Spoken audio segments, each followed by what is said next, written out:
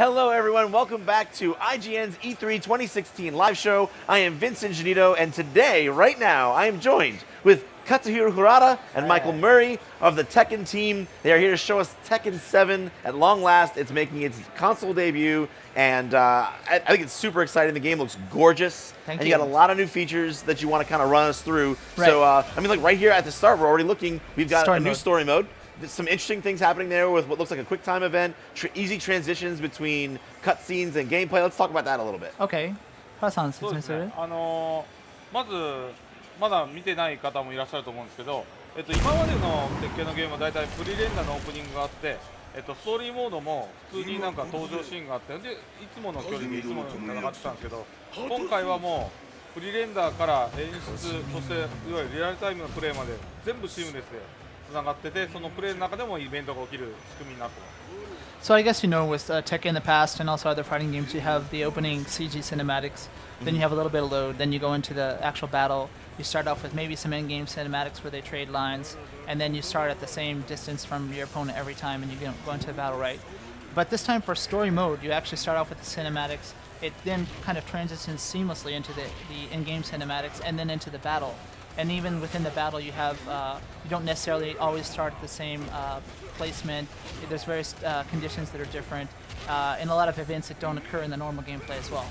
Gotcha. So is that going to be kind of a standard for all the story modes, or is it just that kind of the big climactic story moments? Is that just going to be built into the story as a whole? Yeah, so the story mode, that is the way the sequence works. And then this time it focuses mainly, we have Akuma and Heihachi focusing on the segment demo, but in the actual story mode, it's focused on the Mishima clan. So basically, Heihachi, the father, Kaze Mishima, the son, and kind of the saga that goes among those two characters in particular, why they're at each other's throats, throwing each other off cliffs and volcanoes, Sure. that kind of stuff. It's something we've never really touched on before, why they're doing this. So why they're doing it, and then what is the actual conclusion of that outcome is what we're touching on the story mode. Cool. So I mean, like, it's not an elephant in the room. It's a good thing. But like, let's talk about Akuma. Like, here he is in front of us. He's a Street Fighter character in a Tekken world, but he has a lot. I mean, I played with him yesterday, and he has a lot of his tools, and in many ways, really does feel like a Street Fighter character. How did you guys go about translating him over and making sure that he fits well with the fighting style in Tekken? Hara-san.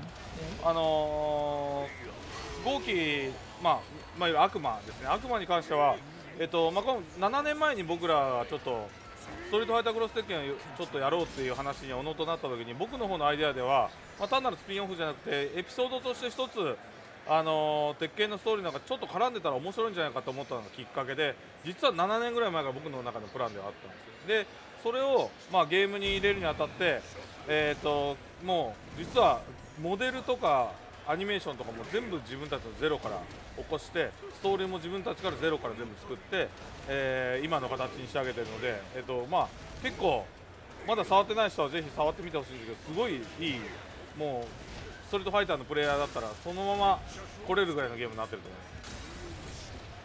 います。Finished? So Goki, or Akuma as he's known in the West, the idea for including him in the game actually kind of started very early, roughly 7 years ago, when we had our initial talks with Capcom, mainly Ono-san, the producer of Street Fighter series. They were thinking of what to do with the Street Fighter Cross Tekken at the time, and then at that time, Harada kind of thought, I don't want to just have him as a guest character as a marketing ploy, but it would be really cool if we can kind of link him into the story in some manner. And that's kind of the inkling of how it first started out. And as you see in the game, he's kind of perfectly recreated, we think. But it's not that we received any kind of model data or assets from Capcom and implemented it. We actually built everything from scratch. So the model art, the textures, his animations, everything was done in-house and fine-tuned to make it feel the way it does. And you can even see the 2D look, the kind of stop-hit animation, the way he controls, all of this stuff was... a lot of effort was put into making him feel like the real deal.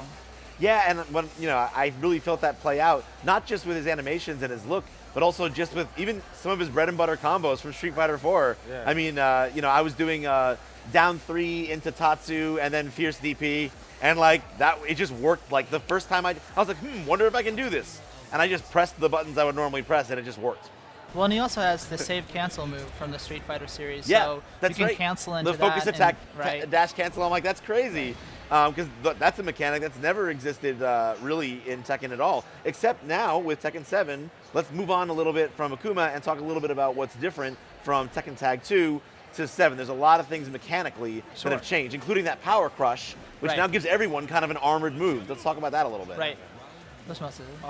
いやマイケルの方で。 Okay. So, I guess, you know, the last time people saw it on console was, like you said, Tag 2. So I'll start from how it changed from then. So the biggest difference, I've got to say it, the graphics. So, you know, from Tag 2, since we had to create so many characters and the tag system and all the gameplay mechanics, it was kind of based on Tekken 6. So the graphic model, you know, the character models, the graphic level wasn't that different. This time we really wanted to make a big impression, so the game is still running. The scripting and all the coding is our proprietary stuff, but the graphics are handled by the Unreal Engine 4 for the first time in the Tekken series. And you can see the graphics really evolved from in the arcade Tekken 7 and then now Tekken 7 Fate of Retribution. Yeah. The stages look amazing, the effects we have. So all of that's been redone. Then not just that, but you know, the return to the one-on-one. Right. Because tag was a tag-based system where you control two characters simultaneously. So some people felt, you know, the hardcore, they love that. But your people who, they love Tekken 3, they love Tekken 5. Right. They were saying it's a bit too much. Maybe the juggles are a little too long. Because you have to learn how to use just to be, you know, just to play the game at all. You have to learn two characters. And even learning one character in Tekken can be a very complex affair. So. Right. So this time it's one-on-one. We tried to make it more accessible, like when you're trying to get off the ground, some people couldn't even get off the ground, you'd get comboed, etc. Yeah, Okizemi's a big part of Tekken. So we actually redid the basic controls as well to kind of make it more intuitive and more accessible. We also had a lot of gameplay mechanics, like the crush move you were saying, the power crush. Right. So we noticed that people who are new to the series, if they're playing as someone who's better, they can't do anything. They're just blocking. Right. They don't know when it's their turn. turn. You know what I mean? They don't have. They don't know the matchup well enough. They don't know where the breaks in a person's 10 chain are or anything like that. So that you're right. They just kind of turtle. So this gives them an opportunity to just, well, you know what? I want to go on the attack. Let me do this. Right. And if it's only a one-hitting move coming in, I'll power through it and yay, I got a hit and now I'm on offense again. Right. And it doesn't anger the you know, advanced players, because there are ways to punish it if you can read the opponent coming. Also, another mechanic we implemented was the rage arts. So, you know, up until now, you had the rage mechanic, so if you have less health, your character does more damage until the end of the round. But now this is another option. You can, you know, throw away that status. In return, you get this kind of animation that's different for each character of, you know, a super combo that does damage. It also has armor, so that, you know, if you can read your opponent coming in, you can armor through it. You finish the match, maybe have a very big comeback, like we've seen in some of the tournaments. Yeah, and that seems like it's really good because of the armor on it. It seems like it's especially good for beating wake-up attacks. Like if you know someone's going to wake up with like a round kick or something, just throw that out and just blow it up.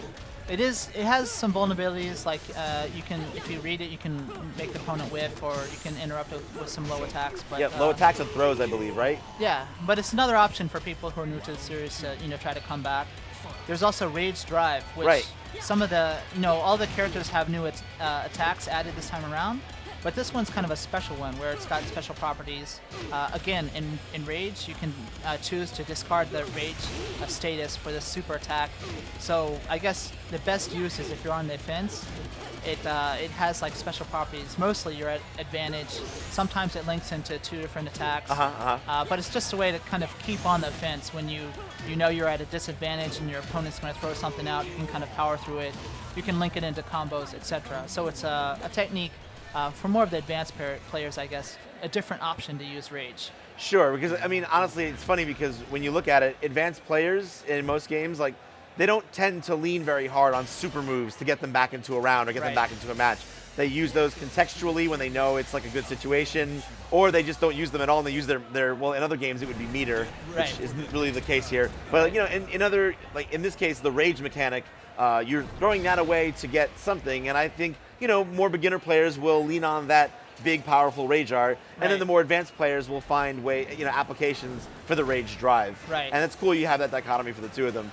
Another reason, though, for implementing it, I just want to throw in real quick, is that Tekken, if you know what's going on, it's a very exciting game to watch. Yes. But when you're at EVO or some of these other tournaments, people who don't know Tekken, it's kind of hard to find where the game's exciting.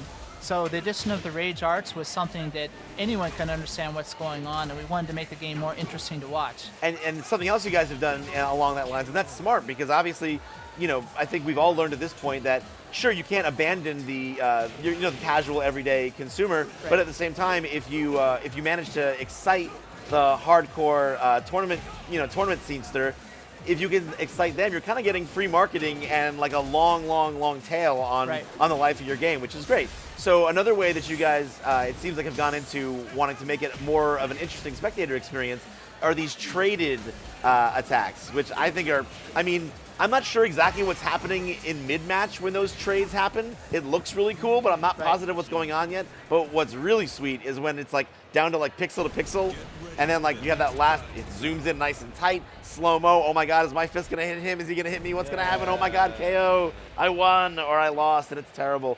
So it's very interesting. What made you guys think that was the way to do this?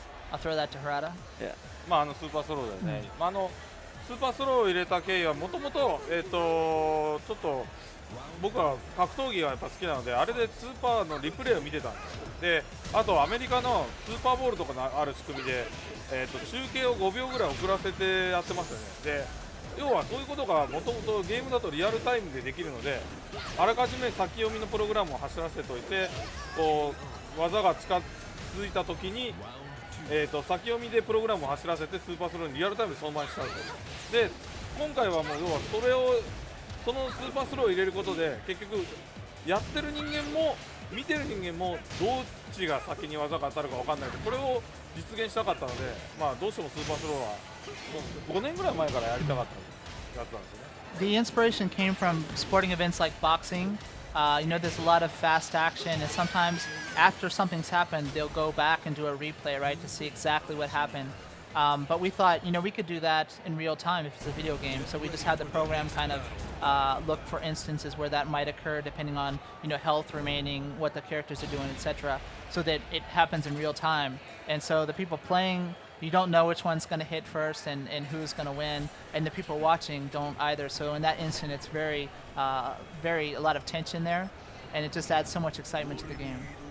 So again, in terms of accessibility, and again, that's sometimes looked at as such a dirty word, right? Like people, especially in the fighting game Right. community, we get so nervous about that word, like, oh, that means it's going to be dumbed down, it's not going to be the game, But like things like, Kaz, I assume still has his electric wing god fist, which is still a just frame. If you want to get the good version of it, the electric version. So there's still all this advanced stuff. It's just you're being additive and kind of providing new tools for new players to utilize until they come to grips with everything else. And I think that's like when you look across the fighting game genre, that's what a lot of other creators have done. Like we look at Persona, Right. they have kind of like an auto, like a one hit, like a one button combo, so that it's not good, Right. but it just gives people who are new something to do. Now, on the topic of the combo system of Tekken, though, Right. When we talk about accessibility, you guys have mentioned a couple of times about not being so ground-bound heavy as Tekken Tag 2 was. So that sounds like, on the surface, it doesn't sound immediately apparent why that makes the game more accessible. I understand why, but why don't you explain to the audience a little bit why having fewer ground bounds and making that less of a big deal adds to accessibility? Right. So, for example, in past Tekkens like Tag 2, you had a lot of lengthy aerial combos because you were changing out characters, etc. Yes, right. So you would see the players kind of tend to go back and forth, be very careful with your spacing, and then when one messes up, whiffs attack or whatever, boom, he's launched. Then you got to wait for a while until you reset that strategic back Yeah. and forth. And we found that that was kind of daunting for beginners, but even kind of veterans to the series that liked 5 or DR, they were saying that they enjoyed that kind of back and forth on the ground, that strategic, cat and mouse, and they wanted to see more of that, which is the reason why we kind of dialed down the combos a little bit to give that, more of the fighting game, back and forth spacing, timing, that kind of stuff. Yeah, to me, that's the sweet science of Tekken, right? Right. Is like, getting your, the back dashes and the sidestep. Tekken's mobility game is like extraordinarily rich, and so it provides a lot of opportunities for you to play that footsie game. And I think also what it helps with too is that high damage having few opportunities means fewer opportunities to win in the neutral game. So I Right. think it's a smart choice, and I think it'll play out the way you guys think it And will. so for beginners, even if you miss one and you get launched, Yep. you still have a few more times in you the still match. have a few more tries to outsmart your opponent and get it right in the neutral. Right. That's awesome. Mike, Kazuhiro, Harada-san, thank you so much for being here. Tekken 7's looking terrific. I haven't been an avid Tekken player since about 3 or 4. This looks like it's the one that's going to pull me back in, so I can't wait to play more of it. And thank you folks at home for watching. Again, this is, and Tekken 7 yes, was nominated for Fighting Game of E3 2016. We'll see if it wins it. But thank you so much for watching, and for this has been E3, IGN's E3 2016 live show. Stay right here for more on everything happening on this last day of the show floor. Thanks a bunch.